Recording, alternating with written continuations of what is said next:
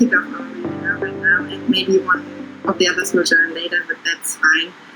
We know 5:30 is a bit late to start with, but we hope that you are done with the main schedule for today, and then now the time to engage with each other and have a good time and learn something new. But before we will start into the details of our webinar for today, we really like to check to start with a so-called temperature check. So how do you feel today? Just maybe use the chat function here in Hangout and post a number from 0 to 10. So are you more in the green zone, like 9 to 10, you had a really great day, some cool achievements, or you're really grateful for today? So yeah, how do you feel? Tell us your number. Okay, so now we get different answers between 7 to 9. Yeah, that's really good.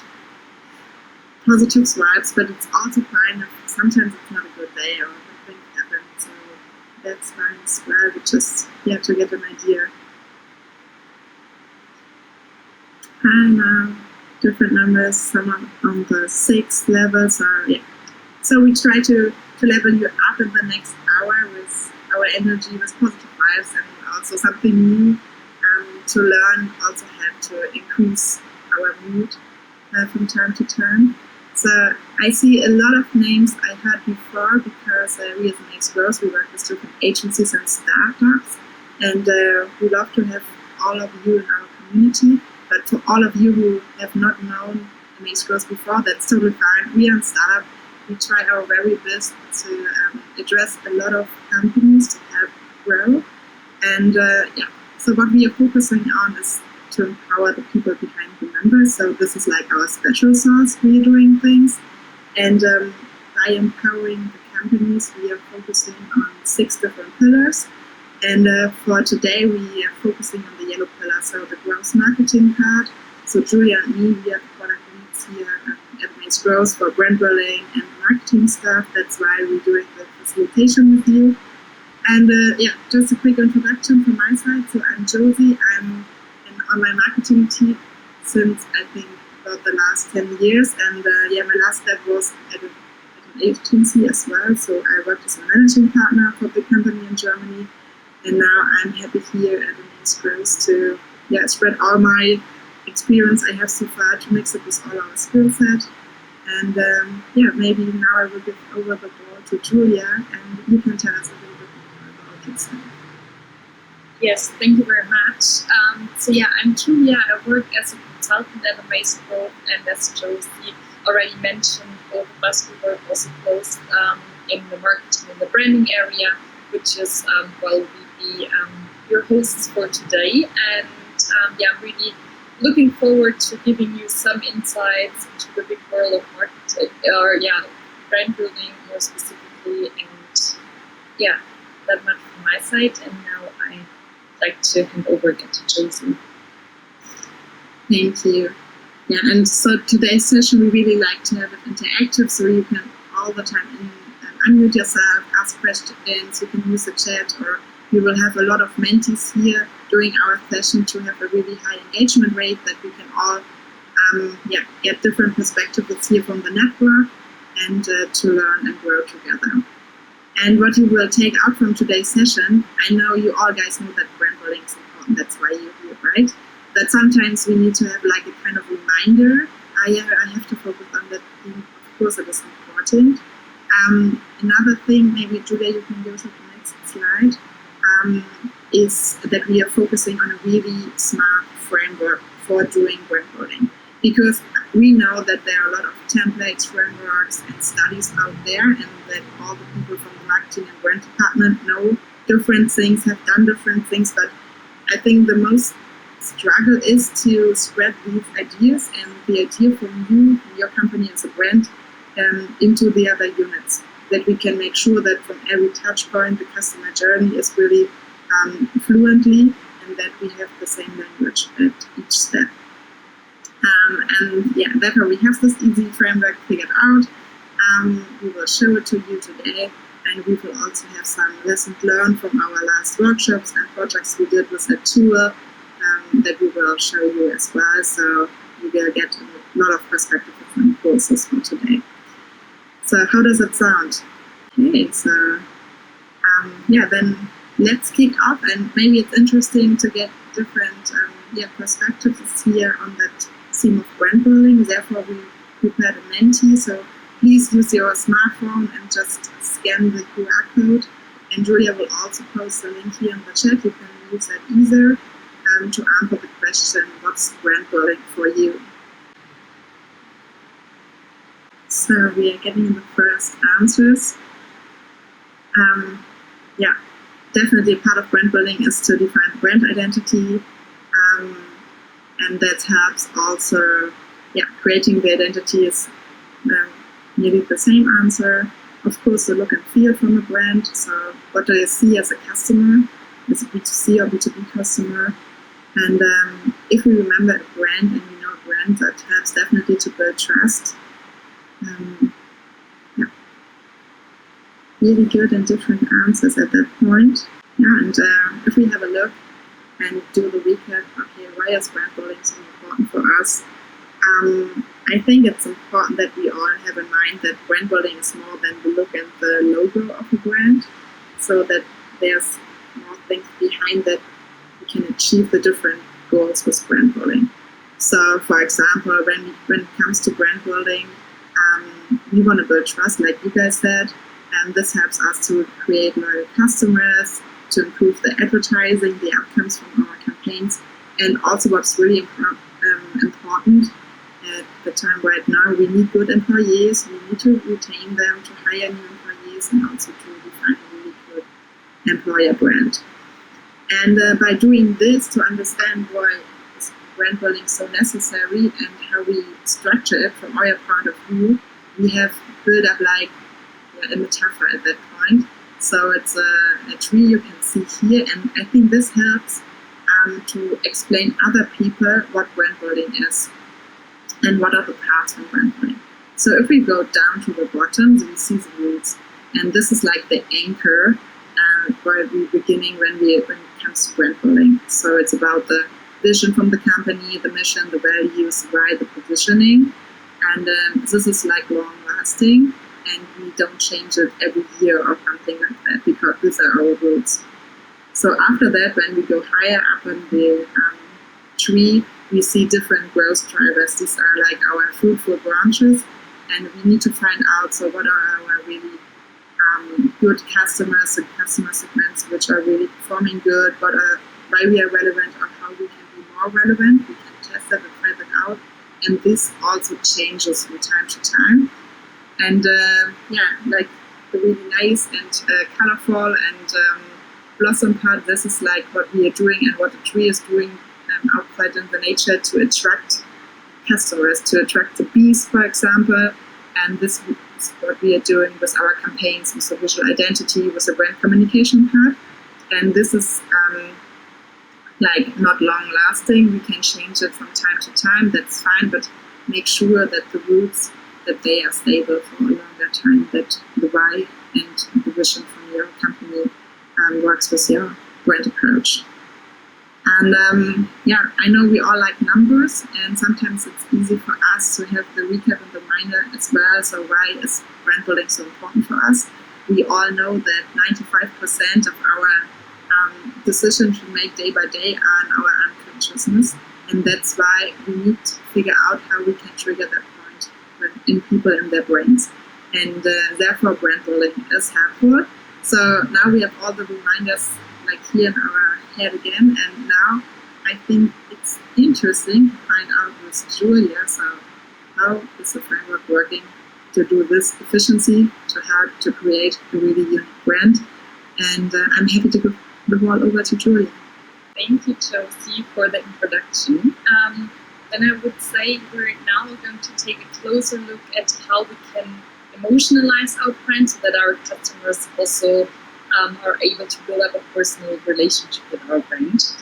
And for that, the brand archetype model is very helpful.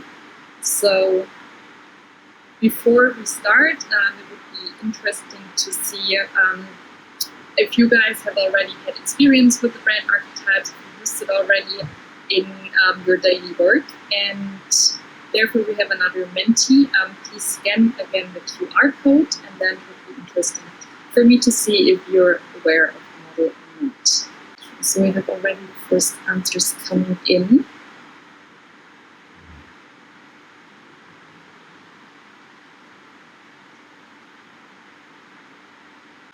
Okay, so it's pretty equal. 3 haven't had any experience yet with the brand archetypes. 3 have heard or even worked with them so far. So Josie and I, we've also worked a lot throughout different startups and organizations in the topic and introduced the model and also implemented them. And it would be great if we will be sharing now our insights. And in order to have everyone on the same page, also the people that don't have any experience yet, I would just say we deep dive a little bit into the topic so we all know what we're talking about.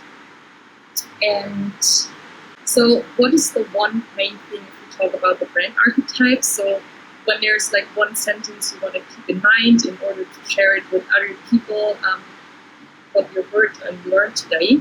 So you can kind of imagine the brand archetypes as the heartbeat of your brand, because they kind of convey a certain meaning that makes your customers relate to a product as if it would be alive in some way.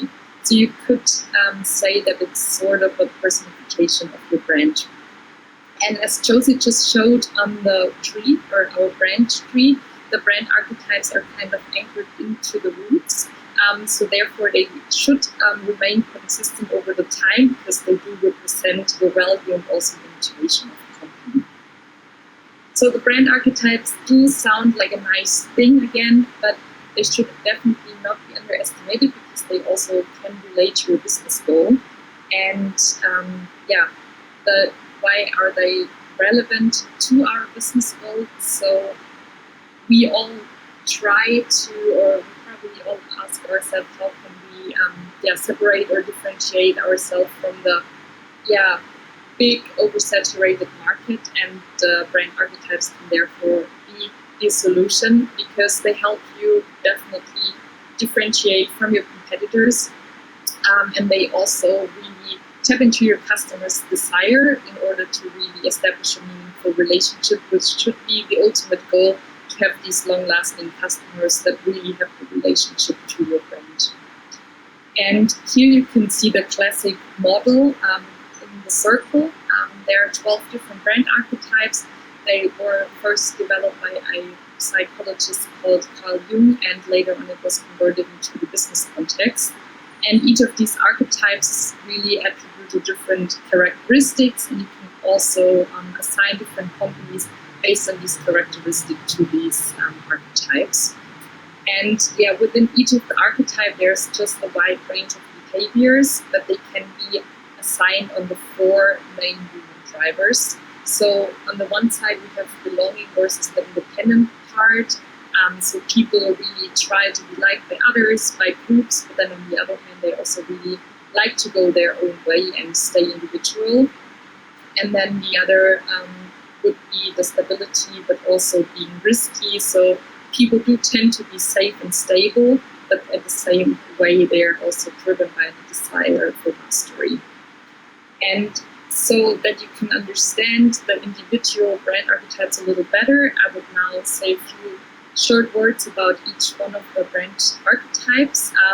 And also your attention is needed because after that we're going to do a little practice round to put it into practice what we just learned theoretically. And so the first example or the first group would be the so-called freedom group. So it's everything about the theme of freedom. And the first archetype that is within this group would be the innocent archetype. And with this archetype, it's all about being free, also with the goal of being happy and following kind of the strategy of doing things in the right way. And we also have the so-called sage or the wise archetype. And this archetype really wants to use intelligence and also analysis to understand the world better. And companies with the sage archetype, they also do provide expertise and information to their customers and really encourage them to think. Then the last one, we have the explorer archetype. here it's all about independently seeking a better world, and it's also appropriate for companies that try and sell products that really help people feel free and also express their individuality. Then as a next group, it's the so-called ego group, and one archetype that falls into this group is the rebel. So the rebel really lives by the principle that rules are there to be broken.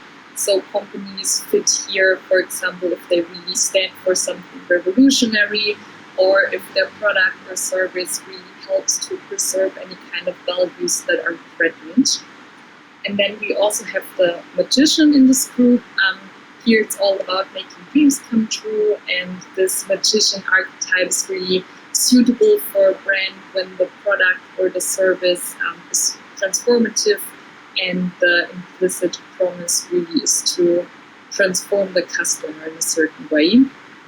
And then lastly would be the hero, and here its goal is really to make the world a better place, and its identity could be said that it's appropriate when companies, for example, have a really innovation that also impacts the world, or you sell products or services that really help people perform at their peak and stay super motivated, for example.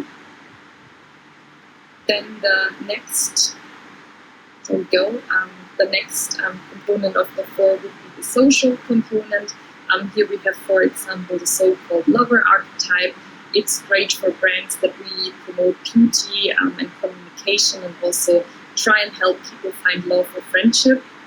Then we also have the so-called jester. It's more the fun archetype who tries to brighten up the world, and it's appropriate, for example, for a business if its really function is to help the people have a great time on Earth. And also brands could use it that really need to differentiate themselves from an overly confident and well-established brand. So they do it more in with jokes. And then we also have lastly the so-called everyman. Here the goal is really to belong and also to connect with others. And companies could use it whose function really is something that helps everybody, and they try and differentiate themselves, for example, from higher priced brands, so help people to belong somewhere. And then the last category would be the so-called order archetypes. There, one example would be the caregiver, and caregiver is all about really helping others and also trying make them take care of themselves. Then we also have the ruler.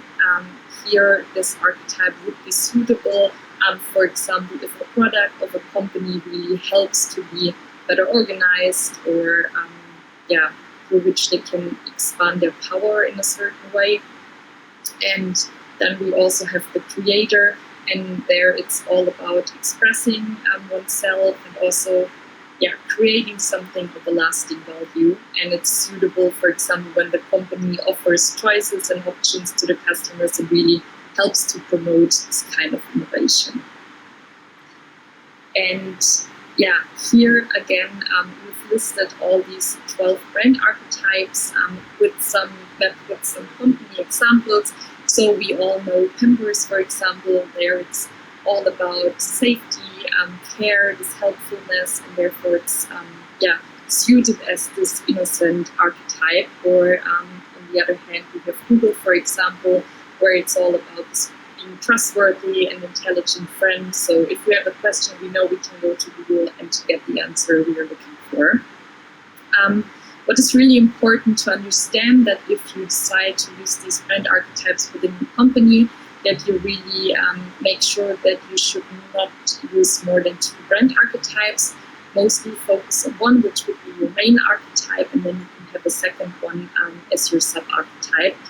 Because the more archetypes you use within your company, the more confusing it will get later on towards the communication and visualization to your customers. And here you can see a template which we've created for all 12 brand archetypes, which we've also gone through with our customers to really find the appropriate brand archetype for them. Because at first it's all about finding out, okay, what are my characteristics as a company, what are our goals, and then which brand archetype would fit best in the end. And then the next step, of course, if we understand that, it's about, okay, what do we want to communicate and also visualize, which is definitely based on the archetypes, so we have a coherent strategy throughout our company. And we also created a second template where we've gone a little bit more into depth on the one hand concerning the whole brand communication topic. So what would be the appropriate tone of voice, and also what wording could we use, and then also the whole topic on visualization, so figuring out, okay, which imagery would suit our brand, and also which colors and typography would match to the brand archetype. And here we have, for example, one example, which would be Nike as the hero archetype, because they do really communicate consistently fitting to their brand archetype. So they communicate very bold and very honest, and also really always try to motivate the people throughout every campaign. So now I've said a lot about the theory, and now it would be up to you to actually put what we've just learned a little bit more into practice. I will share now a link in the chat because I'm going to share now different companies and campaigns of them. We have B2B and B2C companies, 3 in total, and the task would be now to really figure out what kind of brand archetype they are. You can either download the slides, which I'm going to send or post now in the chat, or you also see them on the screen. And yeah, the first company that we've chosen is the fashion label Armed Angel. Maybe a little bit introduction for everyone who isn't familiar with the brand. So they do fight a lot against the whole injustice of the fashion industry, and they also really focus on these high quality products and also timeless design, so they don't have to follow every new trend, and you can be living up to a more sustainable try to have a more sustainable impact. And I would give you now maybe 90 seconds of time to look at the campaigns on the slide, look at the pictures, and then would be interesting to see what kind of brand archetype you think is fitting. We have a Mentimeter after that. So yeah, first of all, take some time, and then yes, I'll looking forward to your answers. Okay, I already saw the first answer in the chat, so I let everybody else vote as well. So here again, you have the QR code. Please scan that again, and then I'll show the answers shortly, what you guys are thinking. So we have already the first answers coming in. 3 people think it's the Rebel. We have 1 caregiver so far. Another Rebel posted in the chat. Thank you, Fiona. Okay, so far we have a clear winner. Let's wait a little bit more and see if maybe other people have other opinions. Okay, perfect. Yeah, interesting that every one of you also mentioned the Rebel being the brand archetype that comes to your mind first when you hear about Angel and see pictures and everything. We actually also did the little game ourselves, of course, and for us, Angel is also the Rebel brand.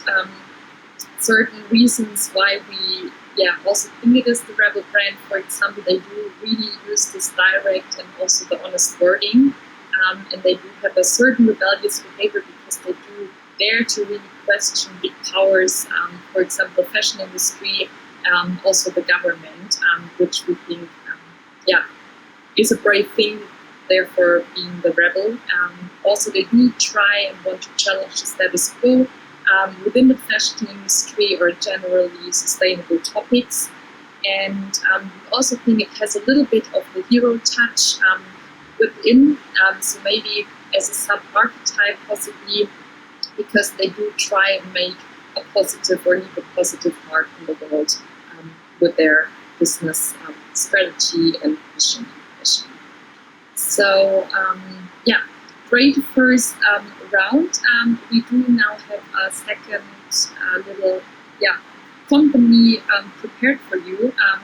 Next time it would be the company Salesforce. Maybe some of you have heard of them. So it's a software company that really provides easy cloud computing solution for certain companies. And again, feel free to take a little bit of time looking closely at their advertisements and how they present themselves, and then looking forward to your answers again.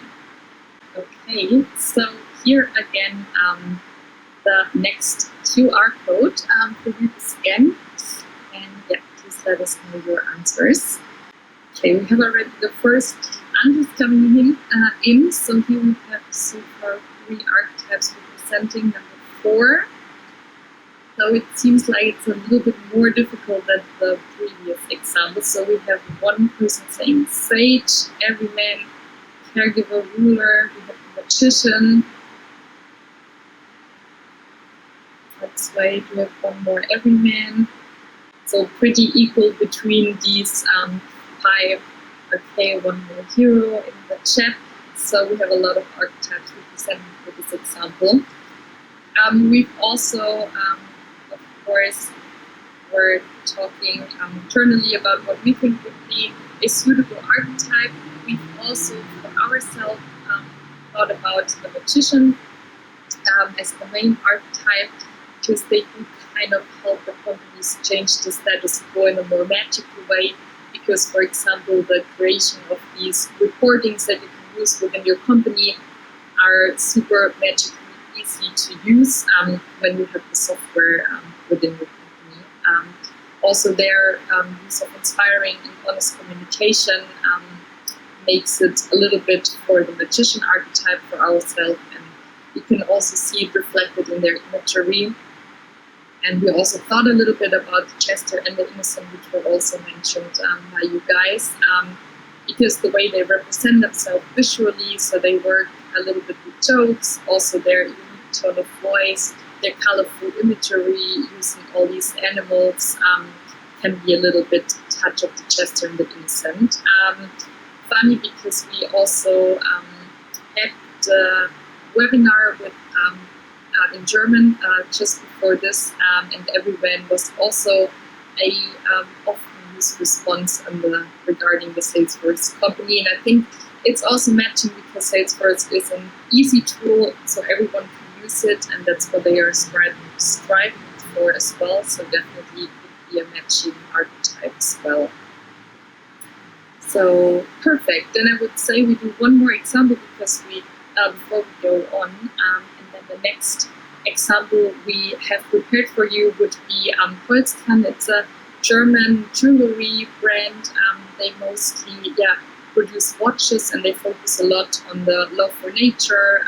Also try and aim to have like a conscious production chain, and also work a lot with the nature, and want to have that in the center of the everyday life for everyone who hasn't heard of that before. So please take again a few minutes, and then I'll share again the Menti link with you. Okay, now I'm gonna share the next QR code for you to scan, and feel free to let us know what you think. I already see the first answers coming in. So we have a lot tending towards the explorer. We have one lover, one caregiver. Let's wait for a few more answers. Okay, so here the winner would be explorer, and it's funny because we also decided, or for ourselves, we also had the impression to be the explorer archetype with a mix of the lover archetype, which was also named by one of you guys. Because for us, they do, spread the adventurer's feeling a lot. They try to really follow an individual path to life. That's what they, strive for. And also a little bit of the loving part, because they do put so much love and attention into detail to every one of their products.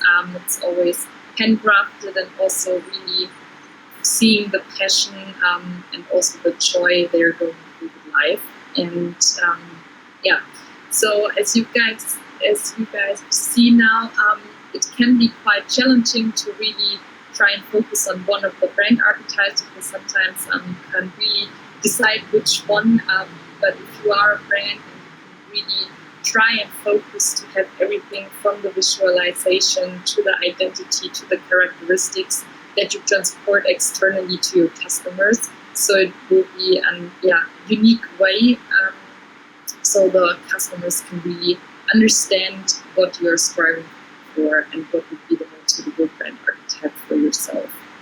And now I would like to give over the word to Josie again. Yeah, thanks, Julia. So I think it's really interesting that we get an idea how it works, and sometimes it helps to understand the framework better if we try it out for ourselves. And now when it comes to when can we address those kind of frameworks, there are two perspectives in our company. So one part is, of course, like for our agency, for our startup, it's important to build up your very own brand. But on the other hand, also brand building as a service. So this is also a cool thing, most of all for agencies, to figure out how we can widen our service range and use these kind of frameworks and techniques to help our clients grow and also to get more revenue for your company. And if you decided, okay, you want to go with these brand archetypes, like with your own company or as a service or both, we propose a 5-step approach. We are doing all 5 steps when we do the process moderation or if we do different workshops. So this is really helpful and the key pillars to implement the brand archetype. Yeah, when it comes to the first step, keep in mind that we start not with a brand archetype directly, because we kind of start with just think your company could be a human being, a personality, how you would describe it. And therefore, it's really cool that we get to know our thoughts, and that we also ask different employees, different colleagues, what they have in mind to figure out, so what is special for today about our company, our brand personality. And then we can use that framework to structure the answers and to get an idea who's our main archetype and who's maybe our sub-archetype. So, but sometimes the answers are not like really clear, that you find out, okay, it's more on that side or on that side. And then you can do different creative brainstormings to more find out who you want to be in the future, and really to find and to shape why you are different to the others. Yeah, after doing the archetype mapping, the second step will come. So it's about the brand value. And on that step, it's important that we choose the habits, the way of working, what we are doing to make the brand archetype come alive. And most of the companies, they have also defined the brand values, and we can also work with those and address them to the brand archetype and also challenge them. So do they work with the brand archetype, or do we have to adjust them a bit? That it is really clear for everyone in the company. And of course, one of our lessons learned here, what Julia is showing us as a presentation, is that's really important that we don't just say, okay, one of our habits and values is leadership or creativity, because if we ask other people what they have in mind when it comes to creativity, the answers will all the time be very different. And that's why we really try to do and have a common definition for that, and also have day-to-day examples that everyone feels and understands the same when it comes to creativity or leadership at the moment. And this is most of the time the struggles employees have with the company values, because they have different thought when they use those words. That's why make sure that we define them in detail.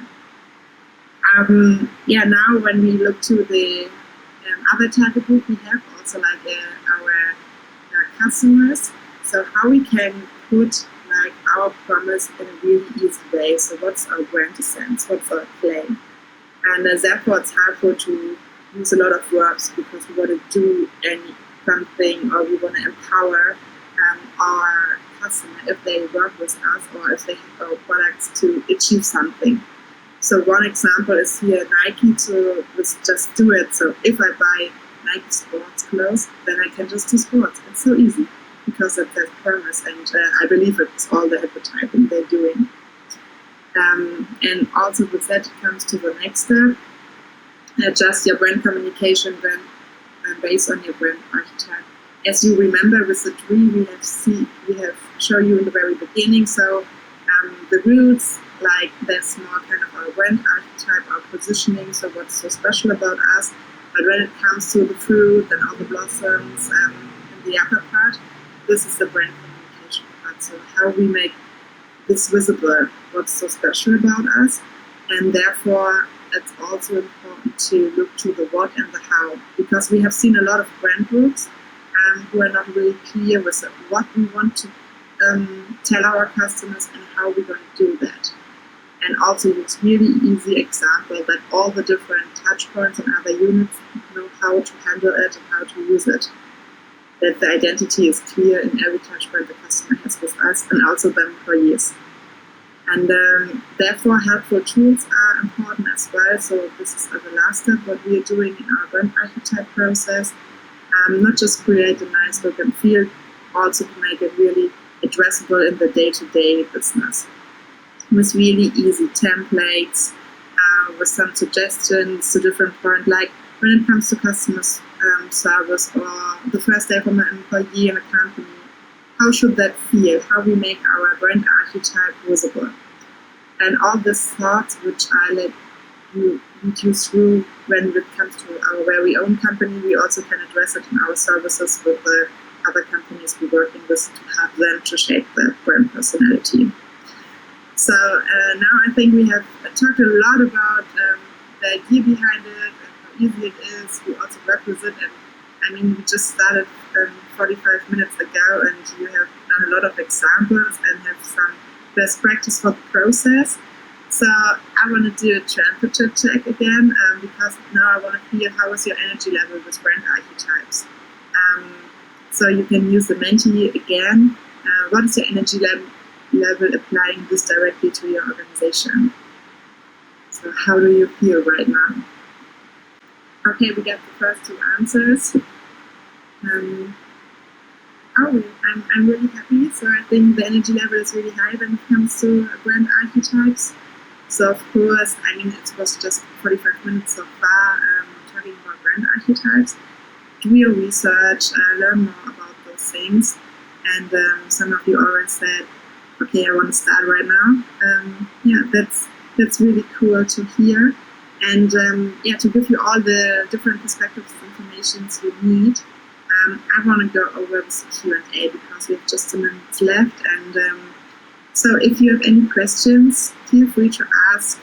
Unmute yourself, use the chat function, or of course you can use the Menti as well. That we can answer to your thoughts and questions. And of course, I know it's late. I mean, it's nearly 6:30, so I think there are other things we have in mind, or maybe you are hungry right now, like I feel at the moment. And of course, you can take your time in the next days. Just contact us, call us, write us an email. We are all happy to help and to figure out, how our future could be together. And just to let you know, if you want to start right now with the brand archetypes and you need some power from the other sides, we like to help. I mean, this is our job at the end. We do it in different kind of roles, just to mention it at the very end. We can do trainings to explain more about that model. We can be a coach in your whole process, or we can also be the consultant who will do all the work for you to find out what's your brand archetype and also define brand group. We are using a lot of hands-on tools, and you can also buy them from us as well. We can facilitate workshops and supervise the whole process. And one thing I want to add, because so many companies, they ask it, hey, it's really cool. They have a lot of experience with our workshops, and they really like to have different attendees from different companies. And that's why we're also doing a lot of online workshops with people and participants from other countries, of course, and other companies as well. So I think it's a really cool experience. I think you can do the other slide, and then everyone knows what kind of different offers and experience they can do for their personal growth journey in terms of brand building, leadership. Also OKRs are important. We are nearly Q4 and we have to prepare the next year. There also it's a really cool structure tool to go through these kind of topics we have on our roadmap. So now I see we have a question here in our chat. Okay, Julia, I think you had that topic before. Would you mind to answer that? Sure. So the question was, how do you convince someone that their internal archetype does not match the public one? So it's probably meant with that question that we as a company, for example, as Amaze Growth, we said we want to be the creators as an archetype. So probably the question relates to what if other people don't see ourselves as the creator. So of course it's super difficult because every person has a different point of view in this kind of topics, and also the brand archetypes, because they have so many different characteristics that it's hard sometimes to choose between them. But I think what is really important that when you yourself really identify the values of your company, and when you really are able to transport them externally, that everyone kind of gets the same understanding and eventually will figure out that you are that kind of archetype that you want them to see. So really helps if you have like this unique communication throughout all your channels, all the visualization, that everything matches itself. So I think you have to definitely start in the roots, which we mentioned with the tree, to really be super understanding what you want to be as a brand, and transport it to the outside world. And I think also the brand archetype can also change over the time, so it really helps to, when you, for example, start a company, to really understand, okay, how is our personality at the moment, what are our characteristics, but also take a step more further into the future. Where do we want to be in, for example, 1 or 2 years? How do we want to be seen by that? And then try to find what's... So I think we haven't got any more questions. Now we got a new one. How would you handle the process of necessarily changing the archetype of a brand you have recently taken over? Would you prefer a sharp or a smooth transition between archetypes? I think it's easier for the people in the company to do it on the smooth way, because they are all in the change process, and I know we all know different change progress, and people need time and a different time range behind. So to do it step by step is helpful, but I think it's good that we definitely communicate at the very beginning what's our goal, where we are at the end of our project, and what are the small steps to go there. And also to make sure, because sometimes we sketch something and on the way we find out maybe we need to adjust a bit. And this is really cool, because then we involve all the other colleagues and the whole company in that process to get feedback, to do more kind of have a test and learn approach. And then we get the people involved to make it happen and to make it alive, the new archetype. So that would be our recommendation. Yeah, so I know we are nearly the end, and for us also it's really important to get feedback. So you can write us directly, or you can also use our feedback form. So Julia will provide it to us, and let us know what are your thoughts, what was helpful for you, what we can do better. So I'm really grateful that you all took the time. I know you have a really, really tough schedule, and we are all the time happy to see you guys here in our community calls, to feel you, to get your questions, and set them in process. That makes us grateful. Okay, I think, guys, so thank you for your time. We will say thank you, goodbye, and have a really nice evening.